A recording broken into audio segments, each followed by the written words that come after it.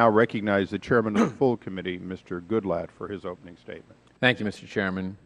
Just over a year ago, the Obama administration, and specifically the NTIA, announced plans to transition oversight over the Internet Domain Name System to the Internet Corporation for Assigned Names and Numbers, or ICANN. The administration's decision kicked off high-profile debates involving many far-reaching questions that relate to the future security, stability, resiliency, and integrity of the global Internet's continued operation.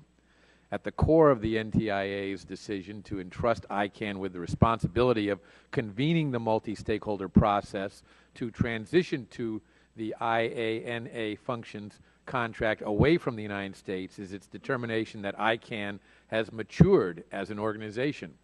Presumably, NTIA has concluded that ICANN is not merely likely to conduct itself in a predictable, open, transparent, and accountable manner in the future, but that it generally exercises sound judgment and conducts itself in this manner already.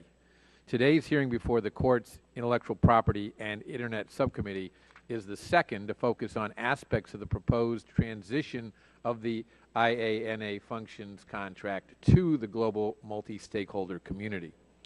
Two overarching concerns that should be tested and fully appropriately validated before concluding any transition are, one, how representative that community is, and two, how effective the community is and will be in the future in compelling ICANN to operate in a manner that benefits not merely a privileged few, but the global users of the Internet.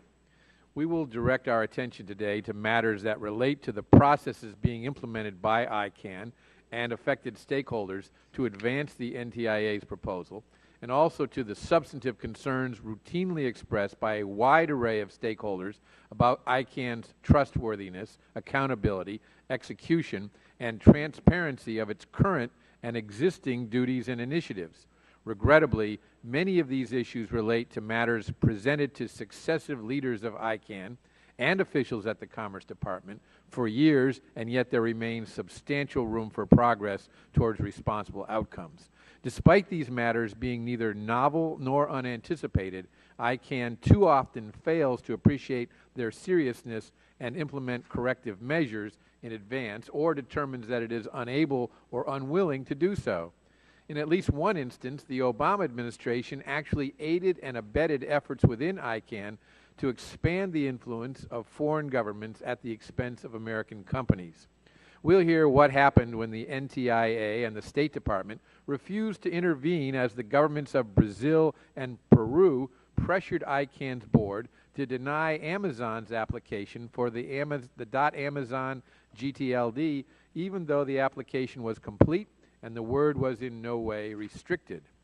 The multifaceted debate over the .sucks GTLD, which has resulted in trademark owners being shaken down for $2,499. I love that dollar discount from the around $2,500 or more annually to protect their brands by a registry affiliated with a company in financial default to ICANN, raises many troubling questions, including, one, how the registry gained approval in the first instance, and two, whether ICANN itself had a financial motive for allowing this bid to proceed.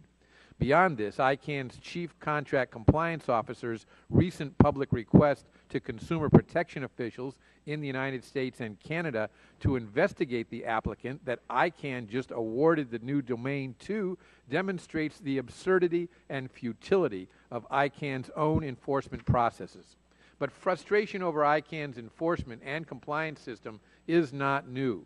For more than a decade, this committee has worked to encourage ICANN to take meaningful action to suspend the accreditation of registrars who disregard abuse notifications and even those who actively solicit criminal activity.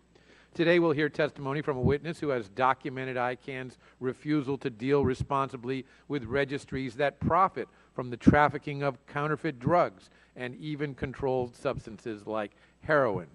Before concluding, I want to commend the witnesses here today and those who worked to submit statements to the subcommittee for their extraordinary dedication and ongoing efforts to improve ICANN's responsiveness, accountability, and transparency.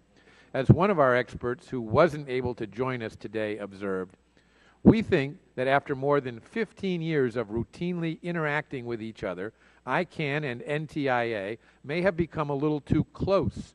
Only Congress can review what NTIA does and keep pressure on them to make sure the ICANN-IANA transition is not overly influenced by or dominated by the agenda of ICANN. Help us ensure that the transition responds to the needs of the much broader community of Internet users and providers. That's our goal and our obligation. And with that, Mr. Chairman, I yield back.